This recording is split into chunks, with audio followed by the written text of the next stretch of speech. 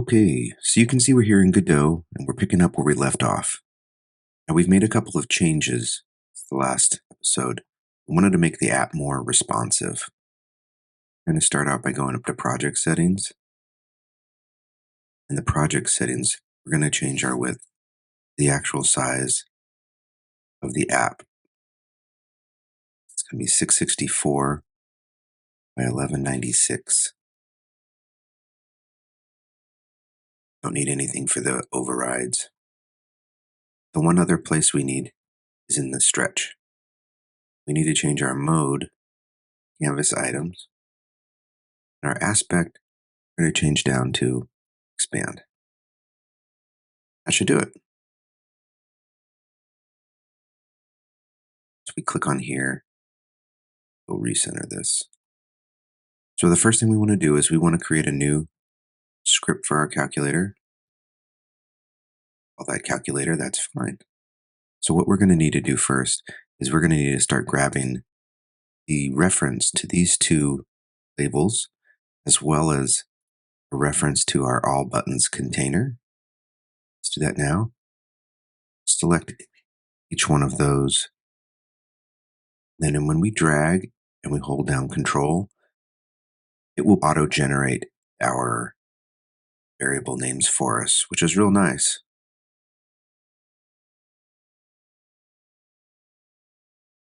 So next, we're going to get started on our ready function. And in here, we're going to iterate on the children of the button containers for our loop, because we need to grab the values for each one of those buttons. But each one of those buttons are nested inside the different button containers. So in this case, the top buttons and the bottom buttons. We'll go from here and we'll do a buttons, all buttons dot get children.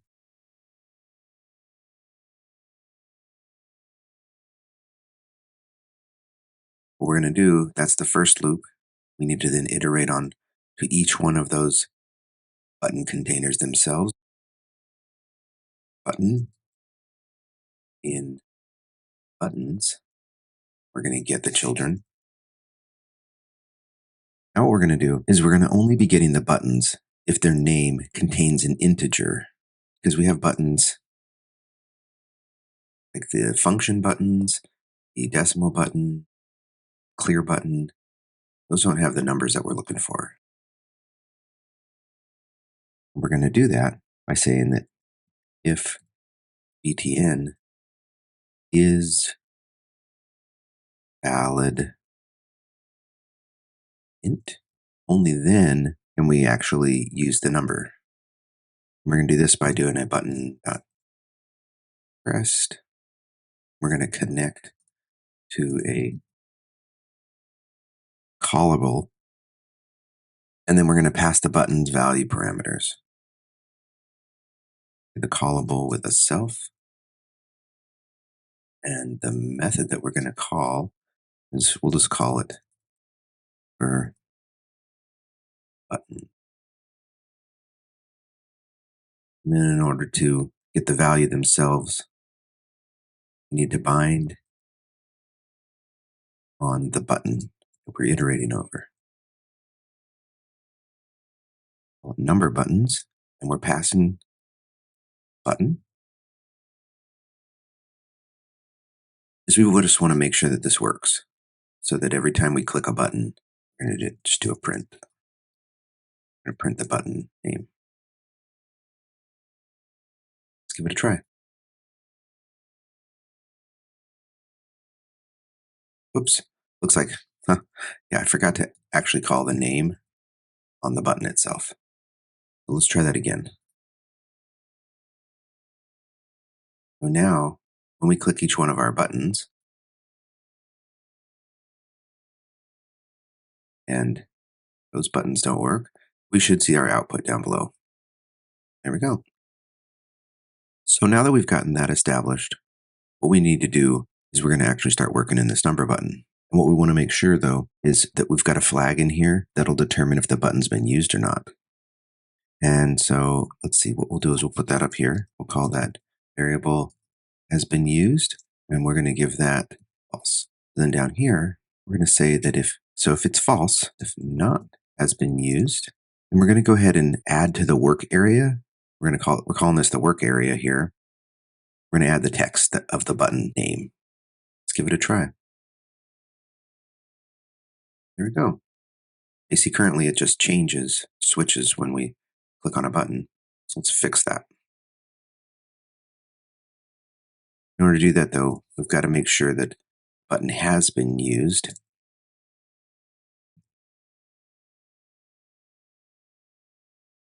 That way we're telling it to do the next thing, which in this case is going to be the work area.text.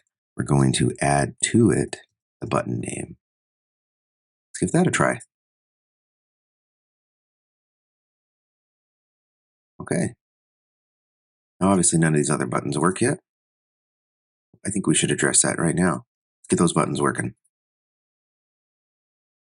We're going to take each one of these buttons now, and we're going to actually link them up with a signal. We're going to use the pressed signal. We'll just start by this one. And what I want to do is add this to our script. Just going to add this down here. And then so what we're going to do is we're going to go back to our buttons, and we're just going to go through each one of these buttons, and we're just going to link them up right now.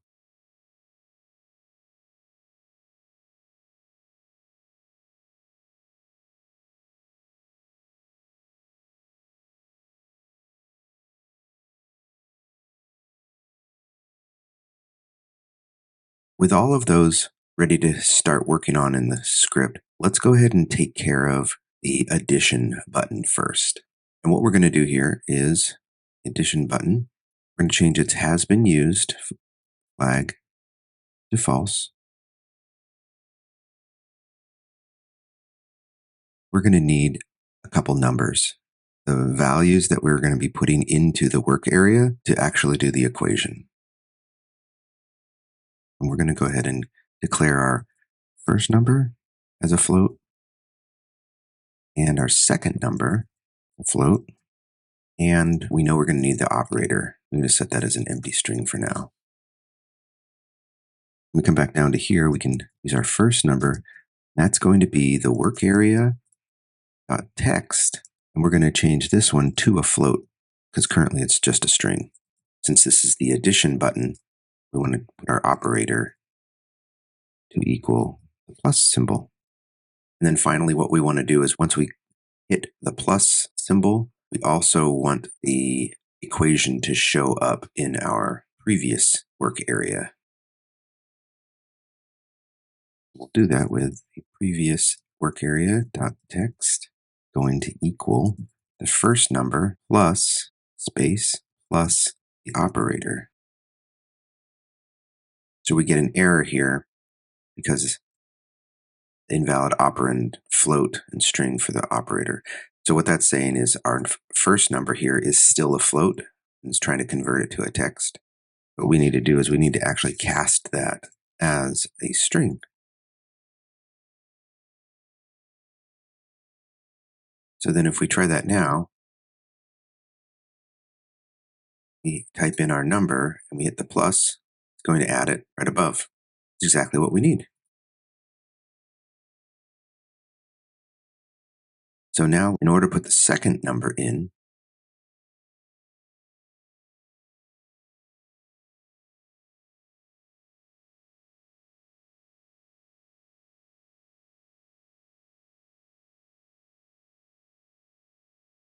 we need to make the functionality of the equal button work before it can do any of the actual math. Let's do that now.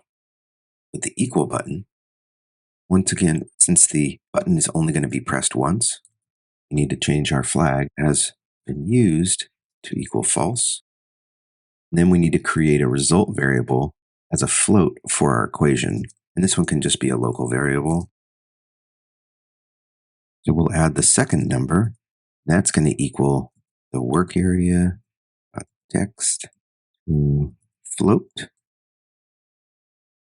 And now instead of adding a bunch of if and elif statements, we're just going to use the match function on the operator itself to find the one that we're looking for. We're going to match our operator.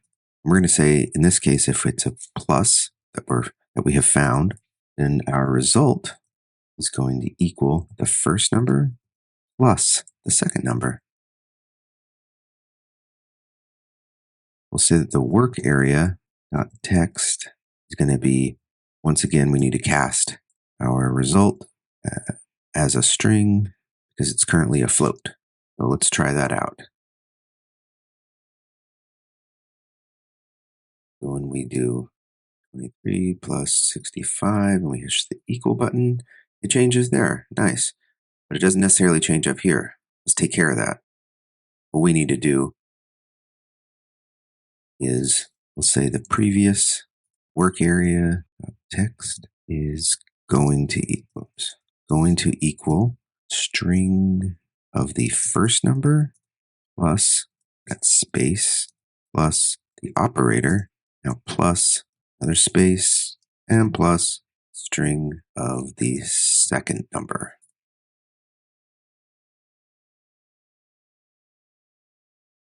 Try that again, and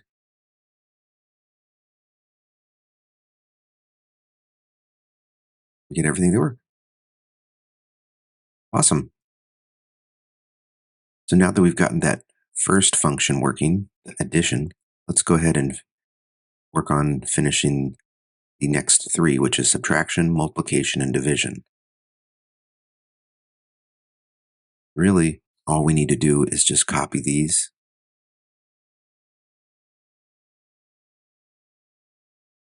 But instead of the plus, we can just do a subtraction. And the same thing with the multiplication. Add the asterisk. And finally, for division, we'll use the slash. All the functionality of these work the same. The only thing we need to do differently now is just wire up the match operator. We'll do that actually is the same way. Just copy this, paste this in here, change this to a minus. Don't forget to change our actual equation. Just another one. We'll do a multiply, an asterisk. And we'll change this operator to an asterisk. And finally, our last one is our division. Okay, let's give that a try.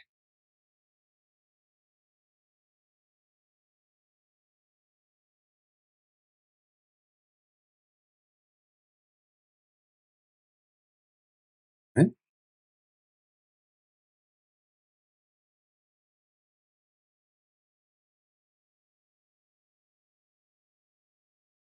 Okay.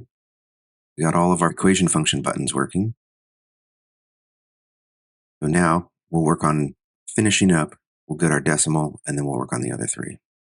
So in order for the decimal part to work, what we're going to need to do is we're going to need to declare one last variable up here. Let's call this decimal allowed. And for now, we'll just put that to true. What we want to say is if decimal is allowed. Now we go into our if has been used is equal to true. Then we're going to add the work area dot text to be the work area dot text plus a decimal. And now we will change the decimal allowed to false because we don't want you to be able to add another decimal point. It doesn't work that way. Else, let's do that. Work area to 0 with a decimal. Okay, and so for here, we're going to use our has been used to equal true. And our decimal allowed be false because we don't want to be able to use it again. Okay, let's give that a try.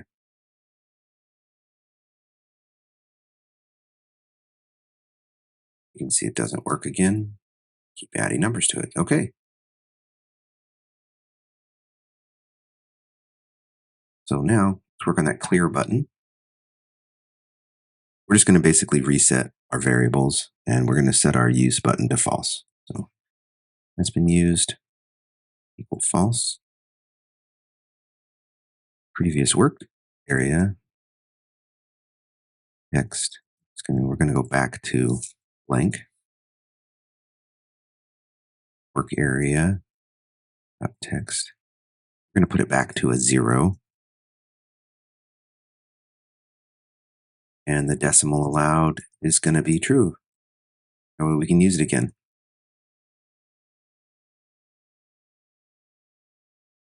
Try that. D6, clear, clear. And the other thing we're testing is make sure that that gets cleared as well. Okay. Next, we're going to work on the negate button. First thing we want to do is declare the result variable as a float. And we're going to store the first number, text, to float again. And then what we're going to do is we're going to negate that first number. We're going to call this the result. It's going to be minus first number. If it has not been used yet, we're going to go ahead and just add a negative sign string to the first number. But if it has been used, we're just going to call the first number. That way, if the number has not been used, it's going to add the negative string to it. And if it has been used, then we'll go ahead and swap it. Okay, so then the last thing we just need to do is we need to add to our work area text. It's going to be a string of the result. Then we're going to change our has been used to true. Okay, let's give that a try. Okay, and if we click it again, it should swap.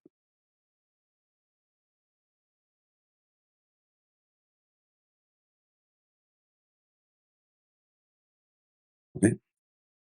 Finally, let's work on our delete button. And here what we're going to do is we're going to say that if it has been used and if work area.text.length is greater than or equal to 2, then what we're going to do with that is we're going to say work area.text is going to equal the work area.text.left, and we're going to take off one character from the left.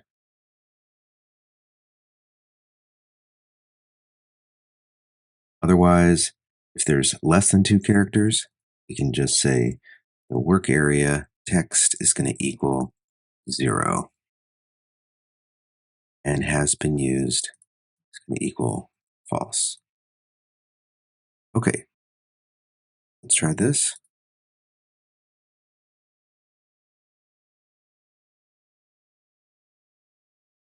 There we go, that works.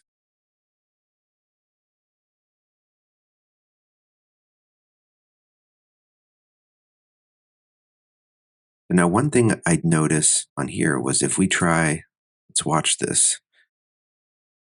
When we do a division, we'll say 45 divided by 5, we're going to get a nice round number. But if we do something like 6 divided by 9, oh, it goes way off the screen. So what we need to do to fix that is we kind of come up here to our equals. And what we need to do is we actually need to change our work area text, the result. So instead of it being just a result, we need to use the snapped f function. That is going to take the result as well as the number of steps. So in other words, the number of decimal places that we want. So we want point, we're going to go 1, 2, 3, 4, 5, 6, 7, 8, 9, and 10. If we try it again,